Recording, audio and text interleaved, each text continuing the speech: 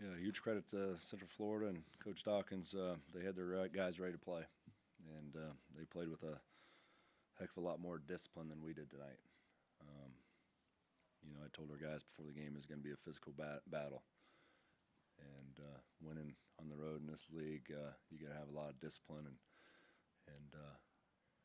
with the physicality in which they play, we can't just put our head down and try to go through people. We got to share the ball, and we didn't have the discipline to execute our game plan. But credit to Central Florida and Coach Dawkins and how he prepared his team and prepared them to win. Questions, please. Talk about the discipline that UCF had. What does it say about them and their defense to be able to kind of hold teams down the way they have in their first year in the conference?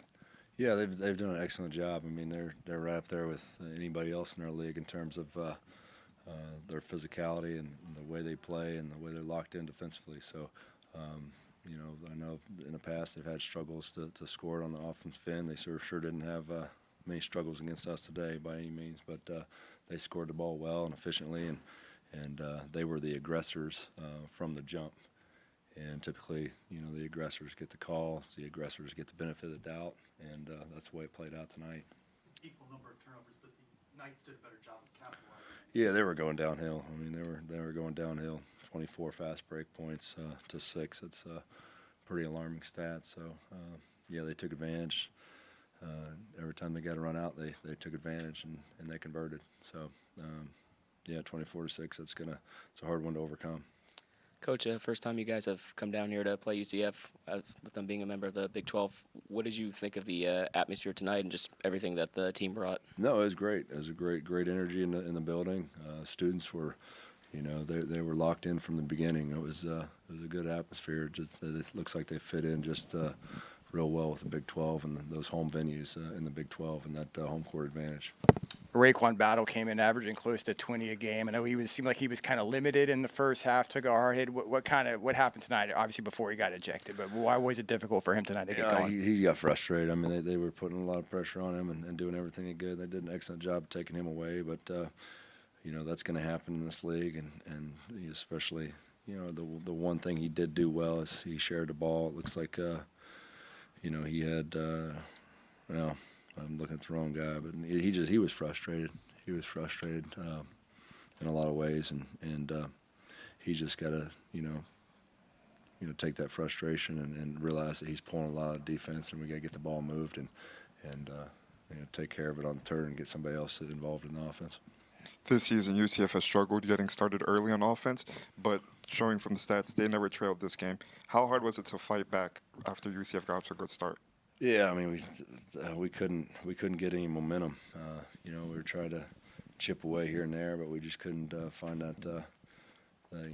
Just you try some of these games, you get down 10 plus, you try to just grind them out of it, one play at a time, and we couldn't. Every time we did score, it seems like they had an answer, and we didn't convert on the other end. So a little too late to turn on the pressure and try to get back in that. We probably cut it when that was the largest lead there.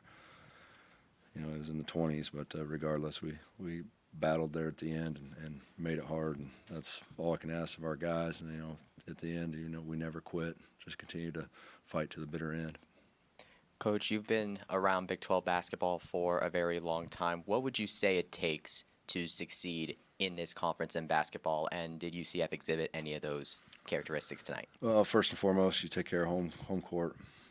That's we've said for years, you have a chance to win this league if you hold serve at home court on your home court and defend your home turf, and then if you can split on the road, you have a heck of a chance. But you have a short memory. If you lose a game, you can't hold on to that. You got to turn the page. These games come at you fast, so you got to game plan and get ready for the next one. Have a short memory. So you learn what you can learn from the previous game, but turn the page quick. You can't hang your head, or if you drop a tough one. What stands out most to you about UCF's defense in this one? Just their physicality. Their size and strength at every position. It makes it hard for guys going downhill. It's it's a physical game out there, and we didn't create a lot of advantages. So, you know, we told the guys, you know, prior to the game, we got to do a better job with shot fakes and pump fakes, and they got two really good erasers down there that we didn't capitalize. You know, a lot of times you can get those guys up and make the right play, and probably kick-outs probably just as good as anything, but they do a heck of a job protecting the rim. How did losing Raekwon late in the game affect your guys' play at the end? At that point, I mean, I think those guys that came in and replaced him did just as good as anything, so I don't know that it affect us in one way or another. One of the household names so far this year for UCF is Ibrahim Diallo. He leads the Big 12 in blocks per game.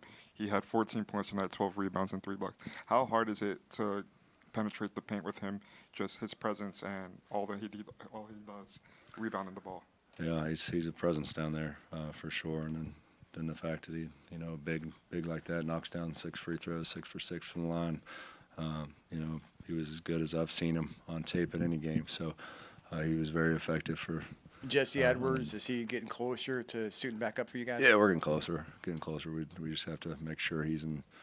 You know, we don't do wrong by him, and it's a bigger picture for Jesse. We got to make sure that he's 100% before we throw him out there, and I don't want to have any setbacks with him. Coach, thank you. Thank you. Thank you, Coach.